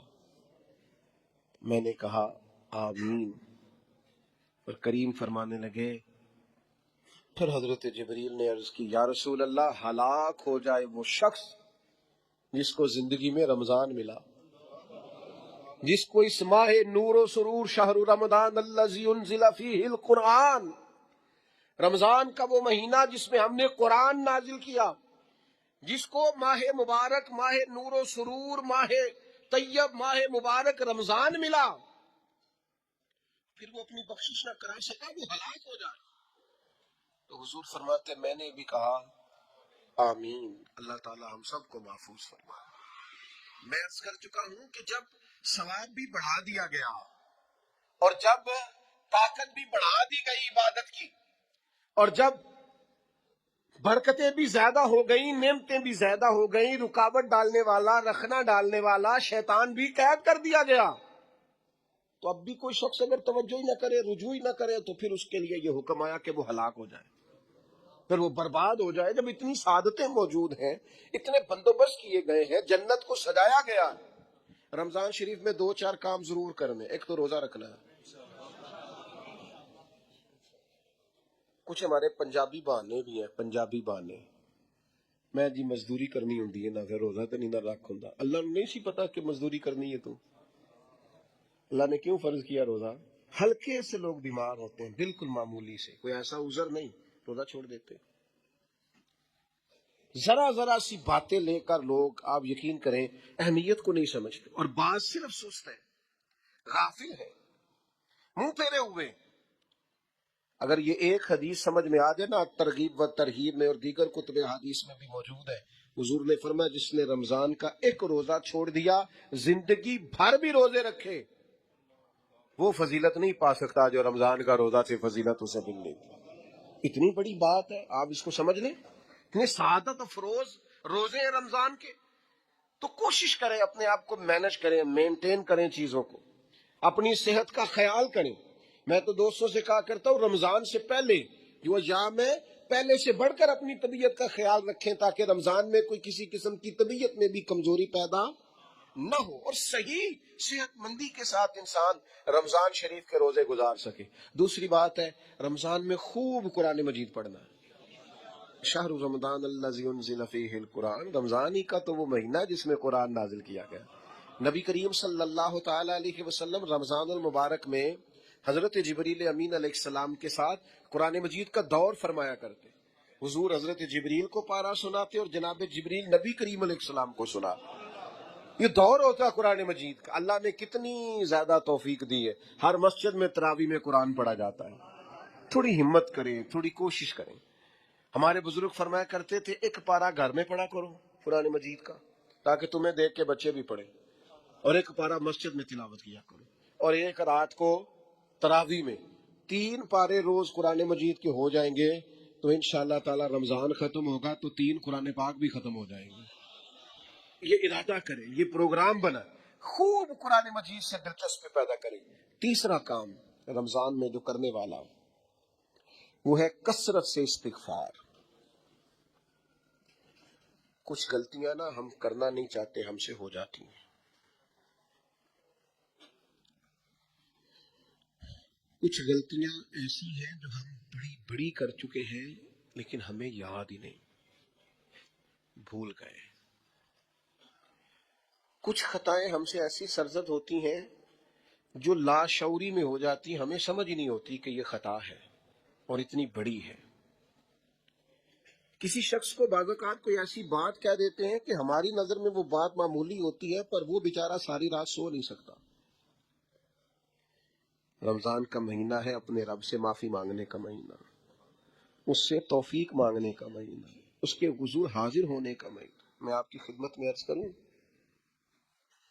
حضرت عائشہ صدیقہ فرماتی ہیں نبی پاک نے فرمایا صلی اللہ تعالی علیہ وسلم، جس سے اللہ نے قیامت والے دن حساب پوچھ لیا نا اس کے لیے مشکل ہو جائے گا۔ حساب بھائی یسیرہ یہ ہے کہ وہ مہربانی فرمائے اور فیصلہ جب کرے تو کرے ہی درگزر والا، فرمائے جا تجھے معاف کیا۔ رمضان کا خاص مہینہ ہے، سحری میں بھی دعا قبول ہوتی ہے، افطار میں بھی دعا قبول ہوتی ہے، صبح سے لے کے افطاری تک بندہ ہر وقت عبادت میں ہوتا ہے۔ تراویح کے بعد بھی دعائیں مانگے تو وقت قبولیت کا ہے۔ میرے بھائیوں رمضان کی راتیں بھی قبولیت کی، آخری طاق راتوں کی شان قبولیت کی، لیلۃ القدر قبولیت کی۔ اس دفعہ جھک نہ جائیں اس کی بارگاہ میں سجدے میں، رو رو کے معافی مانگ نہ لیں اس سے۔ ہم برے نہیں ہیں، چاہتے نہیں ہیں، پر ہمارے وجود سے کچھ غلطیاں ہو جاتی ہیں، ہمارے سینوں میں کچھ پچھتاوے ہیں، کچھ من میں باتیں اس دفعہ اس کے حضور عرض نہ کریں کہ کچھ کمیاں رہ گئی ہیں، دل نہیں کرتا تھا ایسا ہو، پر انجان تھے، نہ چاہتے ہوئے بھی کمزوریاں ہو گئیں۔ رمضان آ رہا ہے، بڑا گولڈن چانس ہے، بڑا خوبصورت موقع ہے۔ بھائیو رمضان کی ہر سحری کے بعد رب سے معافی مانگیں۔ آپ کو پتہ ہے اتنی بڑی امت مسلمہ لیکن ہر گلی میں کمزور ہے، ہر جگہ رسوائیاں ہمارے ساتھ چمٹی ہوئی ہیں، ہم چاہ کے بھی اپنے بھائیوں کی مدد نہیں کر سکتے۔ میرے پاس ایسے ایسے جوان آتے ہیں جو کہتے ہیں ہمیں بتائیں نا ہم فلسطین کے لیے کیا کر سکتے، ہمیں بتائیں نا۔ یہ ہماری بے بسی، یہ ہماری غلطیوں کا نتیجہ ہے۔ تو خوب استغفار کریں، اپنی کوتاہیوں کی معافی مانگیں۔ رمضان کی ہر صبح میں، ہر شام میں، ہر دن میں، ہر رات میں مصلے بچھا بچھا کے عرض گزار ہوں کہ مالک تو ہمیں معاف فرما۔ اور میں آپ سے ایک اور بات بھی عرض کروں، شیخ ابو الحسن کو میں پڑھ رہا تھا تو روتے جا رہے تھے، روتے ہی جا رہے تھے، روتے ہی جا رہے تھے۔ ایک شام ان کے کچھ لوگوں نے ان سے کہا کہ حضور اس قدر زیادہ آہوزاری، تو فرمانے لگے میری بس اتنی خواہش ہے کہ جب میں اپنے رب سے ملوں نا تو میرا رب مجھے ناراض نہ ملے۔ تو میں ہر وقت اس لیے تڑپتا ہوں کہ میرے اندر جو کوتاہیاں مجھ سے ہو گئی ہیں میرا مالک وہ مجھے معاف کر دے۔ ہم نے کوشش کی ہے زندگی میں ماں باپ کی خدمت کرنے کی، لیکن نہیں، ہم سے ان کے حق ادا نہیں ہو سکے. کوشش کی ہے بہن بھائیوں پر توجہ دینے کی، لیکن حق ادا نہیں ہو سکے. چاہیے تھا اولاد کی تربیت بڑی شاندار کرتے، لیکن سہولتیں کچھ زیادہ دے بیٹھے، لاڈ پیار کچھ زیادہ کر سکے، ان کی تربیت کا بھی صحیح حق ادا. اللہ نے عزتیں زیادہ دی تھی، جواب میں ہماری خدمتیں تھوڑی. ہم اپنے رب کی بارگاہ کی حاضریوں کے بھی حق ادا نہیں کر سکے. اس نے ہمیں نوازا زیادہ ہے، ہمارا شکر کم ہے. ہم اس کا حق ادا کرنے کا کام یہ ہے میرے بھائیوں کہ رمضان میں خوب استغفار کریں. ہم سے جو کمیاں رہ گئی ہیں اس پورے ماہ مبارک میں اپنے مالک سے عرض کریں کہ مالک اس ماہ مبارک میں جنہیں تم معاف کرنے والا ہے ان میں ہمارے بھی نام شامل فرما، ہمارے بھی نام شامل فرما. اور بھی عرض کرنی ہے، ان کے لیے بھی دعائیں کرنی ہے رمضان میں جو ہم سے بچھڑ گئے، جو مٹی تلے جا کے آرام فرما ہو گئے. یہ رمضان مبارک چونکہ بخشش مانگنے کا مہینہ ہے، اللہ کے حضور معافی مانگے ان کے لیے بھی، ہمارے اپنوں کے لیے، ماں باپ کے لیے، عزیز و اقربا کے لیے، کہ اللہ کریم ان کی قبروں کو بھی ٹھنڈا کرے، ان کے حال پہ بھی رحمت کی نظر کرے، ان کے لیے بھی مالک آسانیاں کرے. خوب دعائیں مانگے رمضان میں، خوب دعا. اور جو محتاج ہے، جو تنگ دست ہے، جو غریب ہے، جن کو زمانہ گزر گیا ہے، دوستوں کو، احباب کو، مخیر حضرات کو متوجہ کرتے ہوئے وہ بھی تھوڑی توجہ کریں. اس سال رمضان کے ماہ مبارک میں دنیا داروں کو چھوڑ کے رب کی طرف متوجہ نہ ہو، اس کریم کی بارگاہ میں اپنی ساری تکلیفیں بیان نہ کرے. بیمار بھی آئیں، مقروض بھی آئیں، تنگ دست بھی آئیں، بے اولاد بھی آئیں، کمزور بھی آئیں، سارے جھکیں، روزہ رکھ کے، تراویح پڑھ کے، قرآن پڑھ کے، اپنے سارے دکھ اپنے مالک کے حضور بیان کر کے اس ماہ مبارک کی ہر رات میں اس سے بخشش کا سوال کریں، رحمت کا سوال کریں، کرم کا سوال کریں. وہ بڑا ہی کریم ہے. حضور فرماتے ہیں، رب کہتا ہے مجھے حیا آتی ہے میرا بندہ ہاتھ اٹھائے اور میں اس کے ہاتھ خالی واپس کر دوں، بس آنے کی دیر ہے. اور ایک مقام پہ اللہ کے حبیب علیہ السلام نے فرمایا بندہ جب اعتراف گناہ کر کے معافی مانگتا ہے اللہ فوراً ہی اسے معاف فرما دیا کر. چوتھا کام جو اس ماہ مبارک میں بہت زیادہ کرنا ہے وہ یہ ہے کہ حضور نے فرمایا یہ صبر کا مہینہ، صبر بہت کرنا ہے. ایک تو صبر ہوتا ہے نا مصیبت پہ صبر، ایک خواہشات پر بھی صبر ہوتا ہے کہ خواہشیں پیدا ہو رہی ہیں پر صبر کرنا ہے اللہ کی رضا کے لیے، یہ بھی صبر ہے. نیکی پر استقامت کے لیے بھی صبر کی ضرورت ہوتی، گناہ چھوڑنے کے لیے بھی صبر کی ضرورت ہوتی. آپ کے پاس مواقع موجود ہے معاذ اللہ برائی کے، لیکن اگر آپ صبر کرتے ہیں اللہ کی رضا پہ راضی رہتے ہیں تو یہ بھی صبر ہے. نبی پاک علیہ السلام نے روزہ دار کو صبر کرنے کا کہا. فرمایا تو تم نے کوئی بےہودہ بات نہیں کرنی، کوئی گالم گلوچ نہیں کرنی، اور اگر کوئی تم سے لڑائی جھگڑا کرے، کوئی بےہودہ بات کرے تو تم نے کیا کہنا، انی صائم مرتین، تم نے 2 مرتبہ کہنا بھائی میں تو روزہ دار ہوں. کوئی جھگڑا کرنا چاہے، لڑائی کرنا چاہے، برا بھلا کہے، کوئی الجھانا چاہے تو کہنا انی صائم، میں روزہ دار ہوں. یہ وظیفہ یاد کریں گے؟ کیا کہنا ہے؟ یہ وظیفہ ہے پورے رمضان کا، یہ بخاری میں حضور نے بتایا ہے. کوئی جھگڑا کرے گھر کے باہر بھی اور گھر کے اندر بھی، کوئی جھگڑا کرنے لگے، جھگڑا ہونے لگے تو کہنا انی صائم، میں، اور ایک دفعہ نہیں کہنا، مرتین. حضور نے فرمایا 2 دفعہ کہنا میں روزہ دار ہوں، میں کوئی جھگڑا نہیں کروں گا، کوئی فساد نہیں کروں گا، کسی بےہودہ بات کا جواب نہیں دوں گا. کیوں؟ اس لیے کہ میری ایک شان ہے، میں روزہ دار ہوں، میں اس وقت ایک منصب پر فائز ہوں، میں روزہ دار ہوں. یہ وظیفہ پکانا ہے ہر بےہودہ بات سے، ہر جگہ. اور حضور علیہ السلام نے فرمایا، یہ بھی بخاری میں موجود ہے، فرمایا جس نے جھوٹ بولنا اور اس پر عمل کرنا نہیں چھوڑا اللہ کو اس کے بھوکا پیاسا رہنے کی کوئی حاجت نہیں ہے. جھوٹ ہی نہیں چھوڑا اس نے، ابھی بھی جھوٹ بول رہا ہے، روزہ رکھ کے بھی جھوٹ پر عمل کر رہا ہے، اللہ تعالیٰ کو اس کے بھوکا پیاسا رہنے کی کوئی حاجت نہیں ہے. تو روزہ رکھنا ہے، پھر اس کی تھوڑی سی حفاظت بھی کرنی. پھر آگے چلیے، 5ویں گزارش. نبی پاک نے فرمایا رمضان غم خاری کا مہینہ ہے. آپ کو پتہ ہے جو بندہ روزہ نہ رکھ سکے کسی خاص مجبوری کی وجہ سے، بیماری کی وجہ سے، کسی عذر کی وجہ سے، تو قرآن مجید نے کیا کہا؟ وہ ایک مسکین کو کھانا کھلائے۔ روزے کا فدیہ یہ ہے کہ پھر وہ کیا کرے؟ روزہ نہیں رکھ سکتا تو مسکین کی خدمت کرے۔ شرعی حکم یہ ہے کہ کسی نے اگر روزہ توڑ دیا رمضان کا تو 60 روزے رکھے کفارے میں، 60 نہیں رکھ سکتا تو پھر 60 مسکینوں کو کھانا کھلائے۔ تو بار بار روزے میں مسکین کا ذکر آ رہا۔ نبی کریم صلی اللہ تعالی علیہ وسلم نے ارشاد فرمایا، جس شخص نے کسی روزہ دار کو افطاری کرائی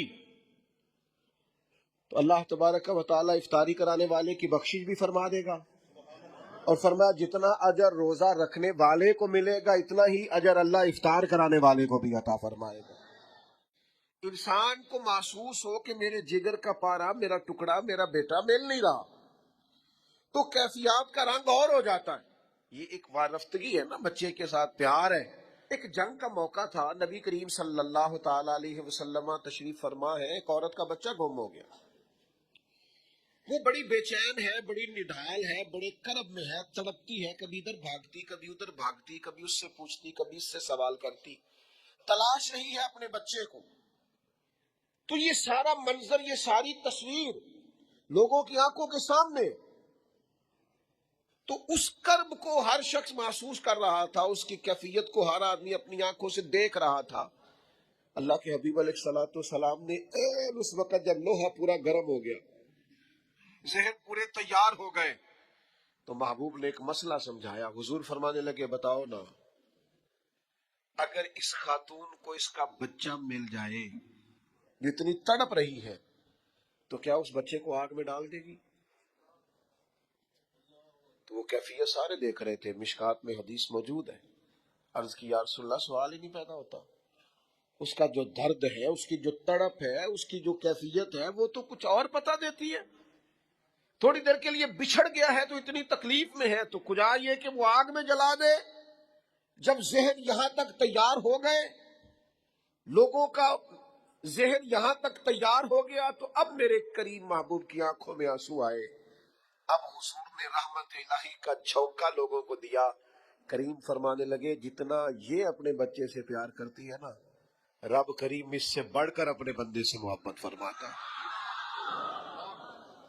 بس یہاں بات محبوب نے بند کر دی، یعنی فرمایا کھولتے رہنا۔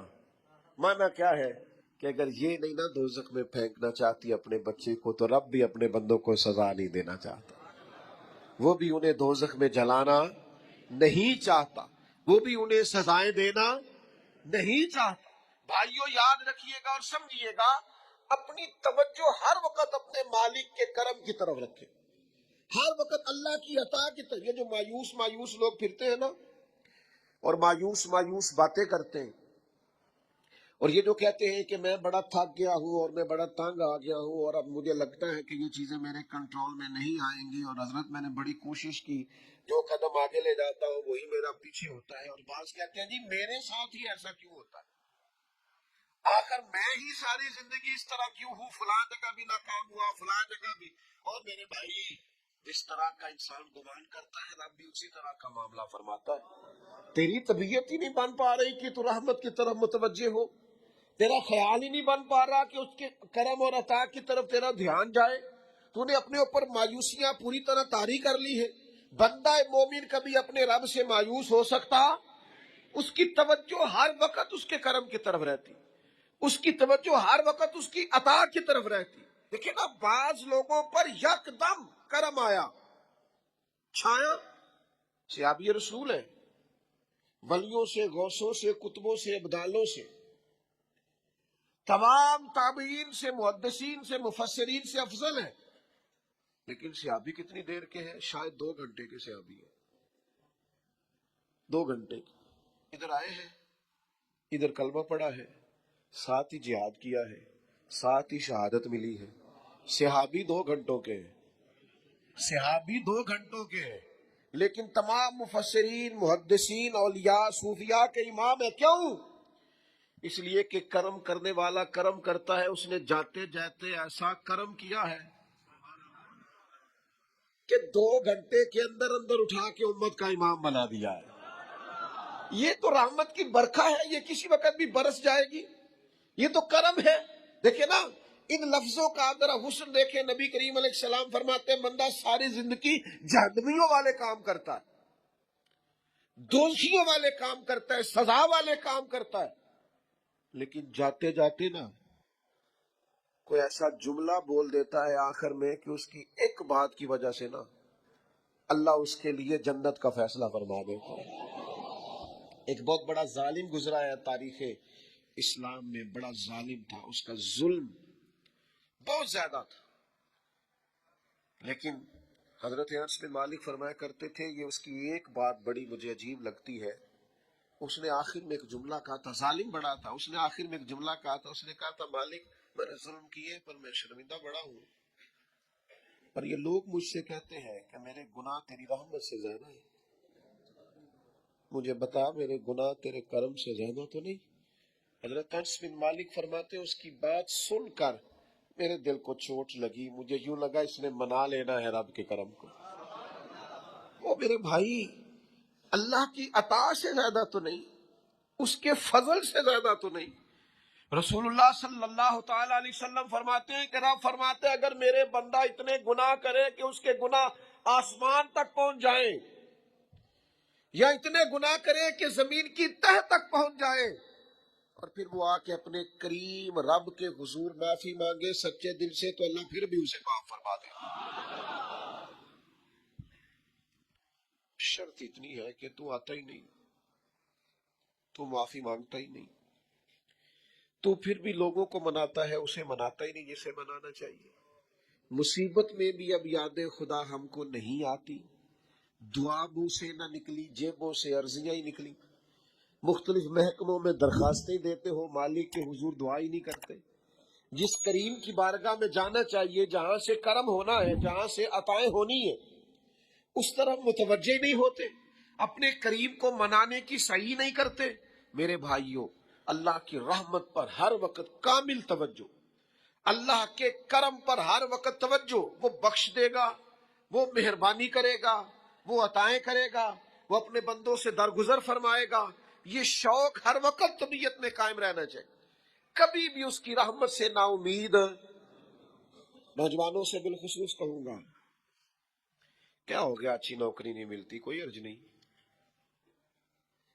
اگر وقتی طور پر پیسے کم ہے تو کیا حرج ہے، کوئی مسئلہ نہیں، یہ کو بہت زیادہ جس کے پاس پیسے آ جاتے ہیں وہ تو کہنا شروع ہو جاتا ہے پیسوں میں سکون ہی نہیں، پوچھ لیں آپ۔ اگر تھوڑی دیر کے لیے کسی بیماری نے آن بھی لیا ہے تو بھائی بات بڑے کمال کی ہے، محبوب کی طرف سے شفائیں رہی ہیں، اگر ایک کڑوا گھونٹ آ گیا تو پھر کیا ہوا؟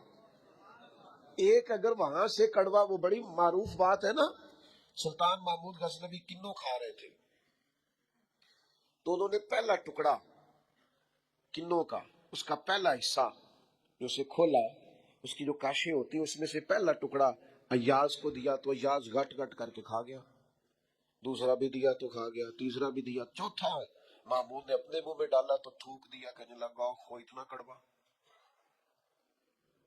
کچھ سیلا بد ذائقہ، اس نے اگل ڈالا اس کو، تو بعد میں کہنے لگا یار تو سارے کڑوے کھا گیا ہے، تو یاز کہنے لگا بادشاہ تیرے ہاتھوں ساری زندگی میٹھے ملے، اب یہ 2-3 کڑوے مل جاتے اور میں اس طرح سے ان کو اگل ڈالتا تو یہ کوئی آئینے وفاداری، ساری زندگی شفا رہی اور اچانک پتہ چلا ہے کہ ذرا تھوڑی شوگر ہو گئی، اتنی مایوسی، جس نے ساری عمر شفائیں دی ہیں، اگر کچھ دیر کے لیے وہ دکھ قبول محمد بخشا، بس راضی رہن پیارے، راضی رہنا چاہیے، اس کے کرم کی طرف توجہ، اس کی عطا کی طرف توجہ، اس کے فضل کی طرف ذہن، اپنے کریم رب کے ساتھ انسان کا اس طرح کا معاملہ کہ وہ کرم ہی کرے گا، وہ رحم ہی کرے گا، وہ عطائیں ہی فرمائے گا، اور کریم جب غالب آتا ہے نا تو کرم ہی کرتا ہے۔ امام غزالی کہتے ہیں نبی پاک کی بارگاہ میں ایک سادہ بندہ آ گیا، ہم سادے بندے کہتے ہیں، عرب کے لوگ بدو کہتے تھے، ایک بدو آ گیا، اس نے آتے ہی السلام علیکم کے بعد فوراً حضور سے پوچھا یا رسول اللہ یہ بتائیں قیامت والے دن حساب کس نے لینا ہے؟ سبحان اللہ، قربان جائے، انداز دیکھیے نا، اپنی روایتی سادگی میں قیامت میں حساب کس نے لینا ہے؟ تو نبی کریم نے فرمایا حساب اللہ نے لینا ہے، سادی سی بات۔ تو اس بندے نے نا اپنی چادر کو سمیٹا، کندھے پہ رکھی اور چلنے لگ گیا۔ تو حضور فرمانے لگے کوئی بھائی تو نے سوال پوچھا ہے، کوئی تبصرہ بھی تو کرنا۔ ایک بندہ سوال کا جواب لیتا ہے، نکل جاتا ہے۔ کہنے لگا یا رسول اللہ آپ نے بتا تو دیا ہے کہ حساب اللہ نے لینا ہے۔ تو حضور فرمانے لگے پھر؟ تو کہنے لگا یا رسول اللہ کریم جب غالب آتا ہے تو کرم ہی کر دیا کرتا ہے۔ اس کا ترجمہ اپنی زبان میں کروں، اپنی بولی میں کروں۔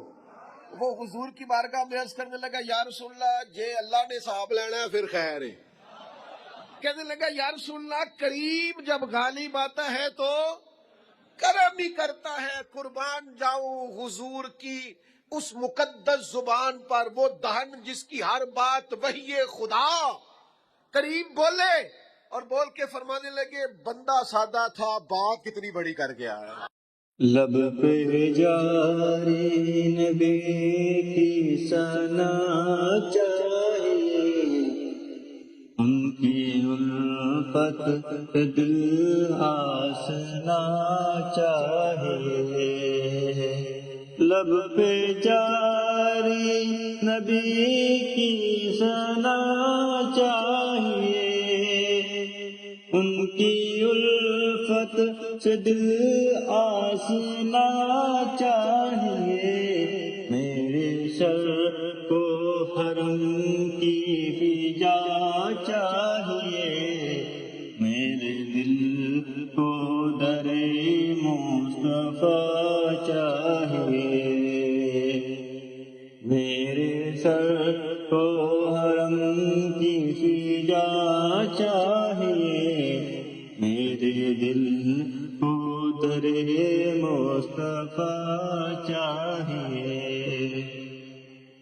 آپ آئے نہ آئے یہ ان کی رضا،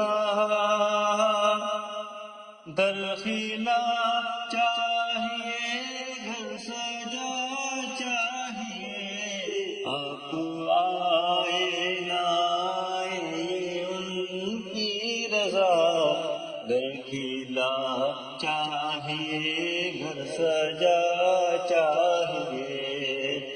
ہوش کو بھی کوئی ہوش باقی نہیں، آپ آئے تو کیا مانگنا چاہیے۔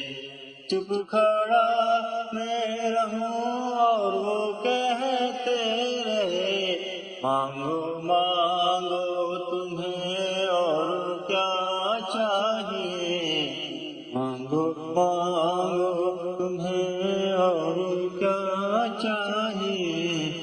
پوچھنے آ گئے مجھ کو میرے حضور، اس سے بڑھ کر مجھے اور کیا چاہیے۔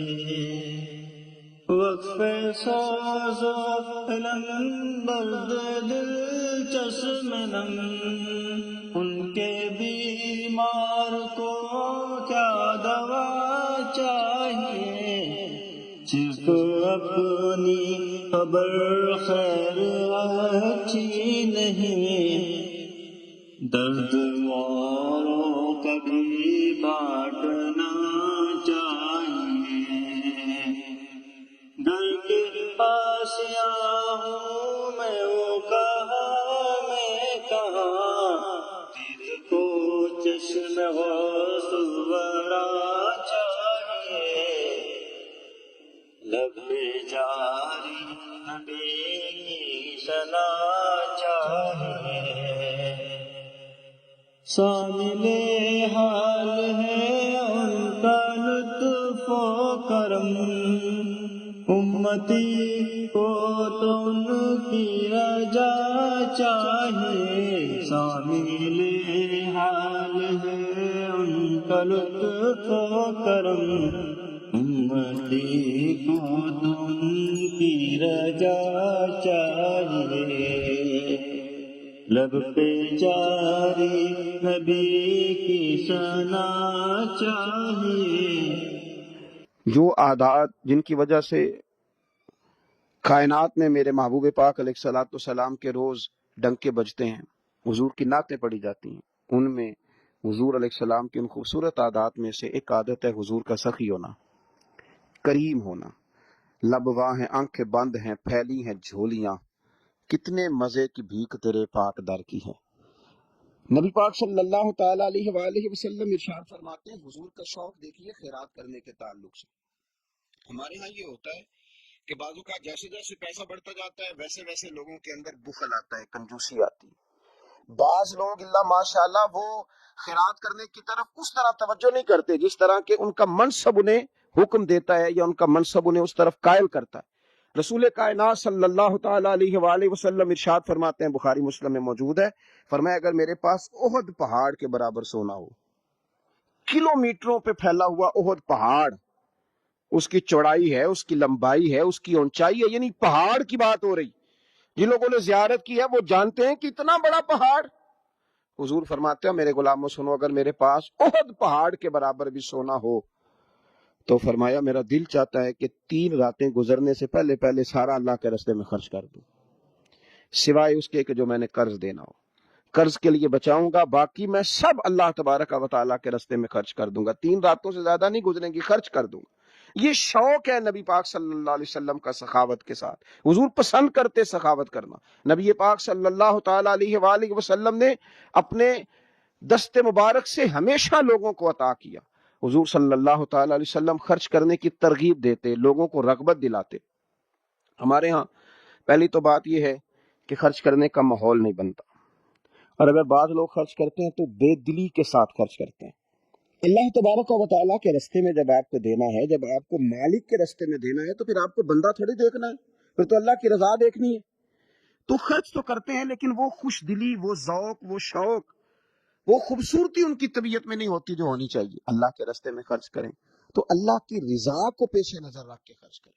پھر خرچ کیا جاتا ہے، صدقہ دیا جاتا ہے، لیکن کب بندہ بیمار ہو گیا، جب تندرست تھا، لاکھوں روپے پڑے تھے، صدقہ کرنے کا خیال نہیں آیا، ہزاروں موجود تھے، اس کے دل کی توجہ اس جانب نہیں ہوئی، آج بیمار پڑا ہے، کمزوری آ گئی ہے، قریب المرگ ہو گیا ہے، اب اس کا خیال آتا ہے کہ میں کچھ اللہ کے راستے میں دوں، ایک بکرا لو بھی ذرا ذبح کر دو، ذرا تھوڑا صدقہ دے دو۔ کس بات پر؟ کہ میں بیمار ہو گیا ہوں، کس بات پر؟ کہ میں کمزور ہو گیا ہوں۔ اگر آپ صحت کے عالم میں صدقہ کرتے اللہ کو راضی کرنے کے لیے تو وہ کیا خوب تھا، وہ ہمارے ایک بزرگ ہیں تو فرمایا کرتے ہیں کہ میں نے جب خرچ کرنا شروع کیا تو میرے ذہن میں ایک بات آئی، اس نے مجھے ابھارا کہ میں اللہ کے راستے میں زیادہ خرچ کروں۔ میرے ذہن میں یہ بات آئی کہ یار جتنا میں اپنے والدین کی طرف سے خرچ کر رہا ہوں نا، میری اولاد بھی میرے بعد اتنا ہی خرچ کرے گی، تو کیوں نہ ایسا ہو کہ ان کے حقوق پورے ادا کر کے، ان کی آسانیوں کا خیال کر کے، جو اللہ تعالیٰ نے مجھے اپنے فضل سے زیادہ دیا ہے اس میں سے میں اللہ کے راستے میں خرچ کروں۔ تو اس شوق کے ساتھ میں نے خرچ کرنا شروع کیا۔ نبی پاک صلی اللہ تعالی علیہ وآلہ وسلم ارشاد فرماتے ہیں کہ کسی بندے کا اپنی زندگی میں 1 درہم خرچ کرنا مرتے وقت 100 درہم خرچ کرنے سے زیادہ بہتر ہے۔ زندگی میں 1 درہم دینا مرتے وقت، یعنی عین بیماری کے عالم میں جب تو خرچ کر رہا ہے تو وہ تو 100 خرچ کرے گا درہم، اور تندرستی میں، صحت میں تو نے 1 خرچ کیا تو اللہ تعالیٰ اس 1 کا ثواب تجھے اس وقت سے زیادہ عطا فرمائے گا۔ یہ حدیث مبارک ابو داؤد شریف میں مشکات میں ملے گی۔ حضور فرماتے ہیں صحت کے عالم میں خرچ کر، بجائے اس کے کہ تیری طرف سے کچھ صدقہ دینے جائے تو خود صدقہ دینے جا، اپنے ہاتھوں سے دے اور شوق بنا کے دے اور توجہ کر کے دے، اور تیری طبیعت لگی ہوئی ہو اور تو خود اپنے کندھے پہ رکھ کے جائے، غریبوں کے گھر میں پہنچا کے آئے، اور تو تیرا دل کرے کہ اگر میرے گھر کے اندر گندم موجود ہے پھر کوئی بھوکا نہ سوئے، اگر میرے پاس طاقت موجود ہے کسی کو کپڑا پہنانے کی تو پھر کوئی غریب سردی میں ٹھٹھرتا نہ سوئے، اگر میرے پاس طاقت موجود ہے مکانات بنانے کی، پھر مالک کریم کا کوئی بندہ جس کو میرے رب نے پیدا کیا، اس کی قدرت کا جو شاہکار ہے رسول پاک علیہ السلام کا، کوئی غلام بغیر چھت کے نہ سوئے۔ اگر میرے پاس طاقت ہے تو پھر میرا حال تو یہ ہونا چاہیے نا کہ کسی غریب کی بیٹی اس لیے نہ بیٹھی رہے کہ اس کے پاس جہیز کوئی نہیں، یوں نہ ہو کہ میرے گھر کے اندر تو آدھا کھانا کھایا جائے اور آدھا ضائع کیا جائے، لیکن بہت سارے لوگ ایسے ہیں جو رات کو ترس ہیں کہ کچھ مرضی کا من پسند مل جاتا تو پیٹ بھر کے کھا لیتے.